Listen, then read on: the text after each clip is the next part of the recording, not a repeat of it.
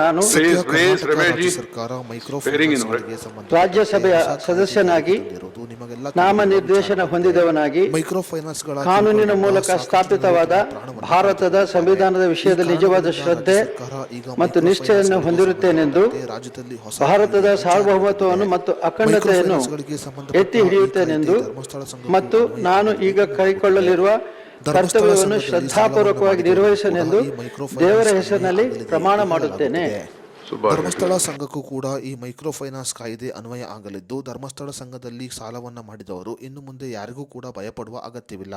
ಧರ್ಮಸ್ಥಳ ಸಂಘದಲ್ಲಿ ಸಾಲವನ್ನ ಪಡೆದವರು ರಿಕವರಿ ಅಧಿಕಾರಿಗಳ ದೌರ್ಜನ್ಯಕ್ಕೆ ಒಳಗಾಗುತ್ತಿದ್ದರೆ ಅವರು ಪೊಲೀಸರಿಗೆ ದೂರುಗಳನ್ನು ನೀಡಬಹುದಾಗಿದೆ. ಮೈಕ್ರೋ ಫೈನಾನ್ಸ್ಗಳಿಗೆ ಸಂಬಂಧಪಟ್ಟಂತೆ ರಾಜ್ಯ ಸರ್ಕಾರ ಹೊಸ ಕಾಯ್ದೆಯನ್ನ ಜಾರಿಗೆ ತಂದಿದ್ದು, ಇದು ಧರ್ಮಸ್ಥಳ ಸಂಘದಲ್ಲಿ ಸಾಲ ಮಾಡಿದವರ ಸಂತಸಕ್ಕೆ ಕೂಡ ಕಾರಣವಾಗಿದೆ ಅಂತ ಹೇಳಬಹುದು. ಮೈಕ್ರೋ ಫೈನಾನ್ಸ್ ಅಡಿಯಲ್ಲಿ ಸಾಲವನ್ನ ನೀಡಿದ ಸಂಸ್ಥೆಗಳು ಸಾಲಗಾರನ ಮೇಲೆ ದೌರ್ಜನ್ಯ ಮಾಡಿ ಕಿರುಕುಳವನ್ನ ನೀಡಿದರೆ ಅವರಿಗೆ 10 ವರ್ಷ ಜೈಲು ಶಿಕ್ಷೆ ಮತ್ತು 5 ಲಕ್ಷ ರೂಪಾಯಿ ದಂಡವನ್ನ ವಿಧಿಸಲಾಗುತ್ತೆ. ಕರ್ನಾಟಕ ರಾಜ್ಯ ಸರ್ಕಾರ ಈ ಮೈಕ್ರೋ ಫೈನಾನ್ಸ್ಗಳ ಮೇಲೆ ಜಾರಿಗೆ ತಂದಿರುವ ಈ ಹೊಸ ಕಾಯ್ದೆ ಧರ್ಮಸ್ಥಳ ಸಂಘಕ್ಕೂ ಅನ್ವಯ ಆಗಲಿದೆ ಎಂದು ಹೇಳಲಾಗುತ್ತಿದೆ. ಇನ್ನು ಕರ್ನಾಟಕ ರಾಜ್ಯ ಸರ್ಕಾರ ಜಾರಿಗೆ ತಂದಿರುವ ಹೊಸ ನಿಯಮದ ಪ್ರಕಾರ ಮೈಕ್ರೋ ಫೈನಾನ್ಸ್ಗಳು ಸಾಲವನ್ನ ನೀಡಿದ ನಂತರ ಅವರಿಗೆ ಕಿರುಕುಳವನ್ನು ನೀಡಿದರೆ ಆ ಮೈಕ್ರೋ ಫೈನಾನ್ಸ್ ಕಂಪನಿಯ ಪರವಾನಗಿಯನ್ನು ರದ್ದು ಮಾಡಲಾಗುತ್ತೆ.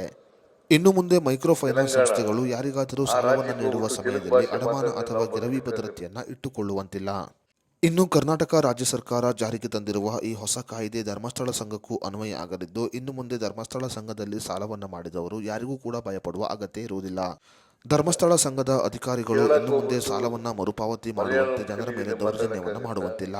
ಒಂದು ವೇಳೆ ದೌರ್ಜನ್ಯವನ್ನ ಮಾಡಿದರೆ ಅವರ ಮೇಲೆ ದೂರನ್ನು ದಾಖಲು ಮಾಡಬಹುದು. ಅದೇ ರೀತಿಯಲ್ಲಿ ದೂರು ದಾಖಲಾದರೆ ಅವರಿಗೆ 10 ವರ್ಷ ಜೈಲು ಶಿಕ್ಷೆ ಮತ್ತು 5 ಲಕ್ಷ ರೂಪಾಯಿ ದಂಡವನ್ನ ವಿಧಿಸಲಾಗುತ್ತೆ. ಮೈಕ್ರೋ ಫೈನಾನ್ಸ್ಗಳಿಗೆ ಸಂಬಂಧಪಟ್ಟಂತೆ ಕರ್ನಾಟಕ ರಾಜ್ಯ ಸರ್ಕಾರ ಜಾರಿಗೆ ತಂದಿರುವ ಈ ಹೊಸ ಕಾಯ್ದೆ ಅದೆಷ್ಟೋ ಬಡಜನರ ಪ್ರಾಣವನ್ನ ಉಳಿಸಲಿದೆ ಅಂತಾನೆ ಹೇಳಬಹುದು.